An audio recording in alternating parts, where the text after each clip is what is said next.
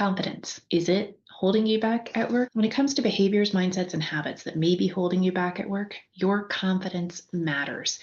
You can and should build up your self confidence, both as an individual and as a leader. In this mini but mighty lesson, we're going to talk about the two sides that we often see of confidence in the workplace: overconfidence and lacking confidence. Think about your own behaviors, mindsets, and habits. Evaluate yourself, become self aware. We'll start with overconfidence, the type of behavior that is more arrogant.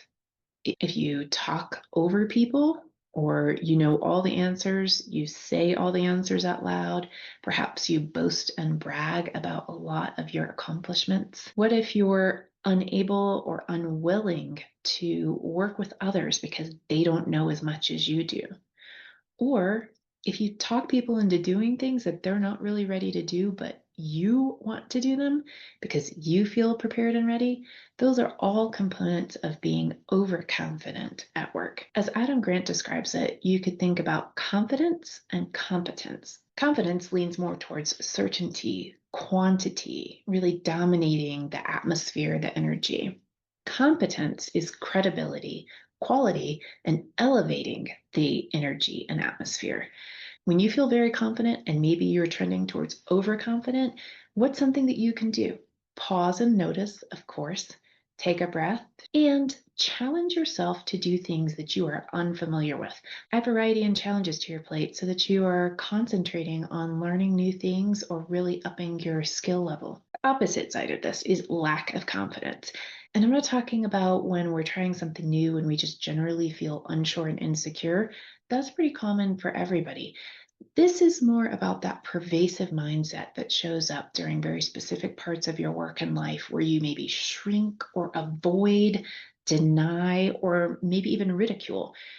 Perhaps you think you're not good at something and so you shy away from it, or you've been told that you're not good at it and so you avoid it, or you don't understand something fully and so you judge it or push it away. That's a lack of confidence. Another example is if you're just shy, if you're more of an introverted individual, that's cool.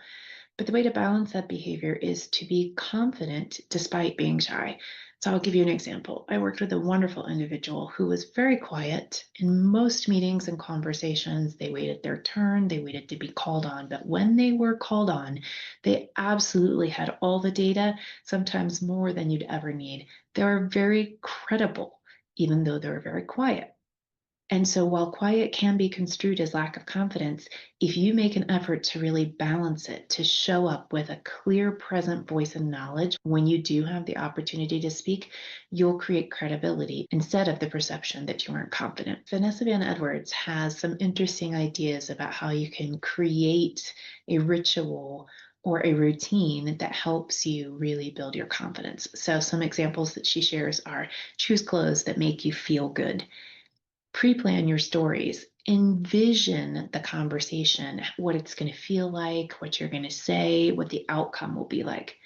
Work on your power poses and practice them before you go into the situation. I have another mini but mighty lesson talking about body languages, and we'll talk about power poses and that. Also, you can create a routine, particularly useful when you are going into something that you know really stretches your confidence. And that routine can be things that make you feel good, something like listening to music that really pumps you up and gets your energy going, or calling a friend who will reliably build you up and help you build your confidence right in that moment. You might have a funny meme or a joke that makes you laugh out loud and really lifts your energy. Or maybe you have an inspirational video that you know when you watch that video, you get really synced with your own confidence. Let's take an example. Let's say that you're regularly just a real mess. Your confidence stutters when you have to attend a one-on-one meeting with your boss. What could you do? Well, you could put on an outfit that makes you feel great. You could plan what you'll say and focus on in advance, in particular, preparing information that you know not only your boss wants to hear, but things that you need to bring to your boss's attention, like your achievements or your contributions. Before the meeting, you might practice some of those success routine rituals. Listen to music, call a friend, watch that inspirational video, do things that really lift you up.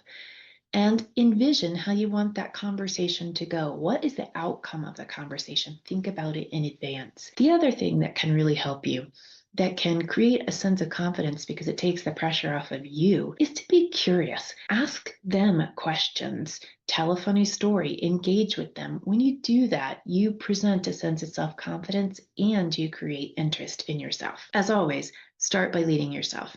And then, if you have people on your team that you need to lead and they're overconfident, here are some tips.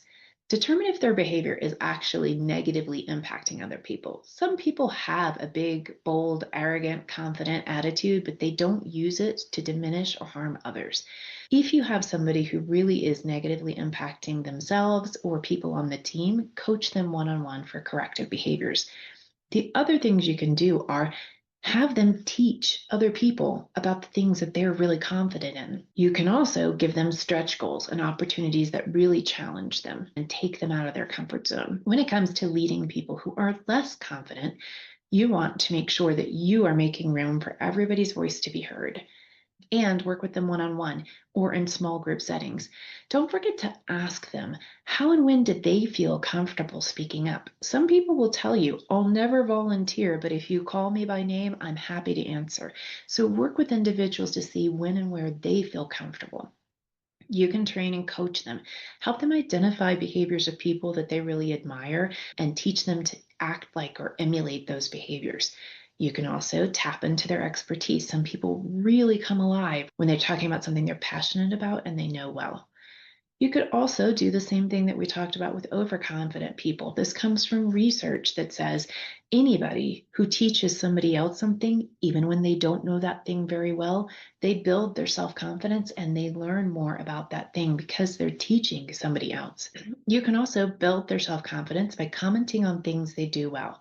So instead of commenting on what they could do, when you notice they do something really well, when they have a behavior that shows self confidence, well, let them know that, point it out. And remember, in both cases, whether you've got an overconfident individual or somebody who's lacking confidence, don't confuse what their past actions, behaviors, and performance are with their future potential.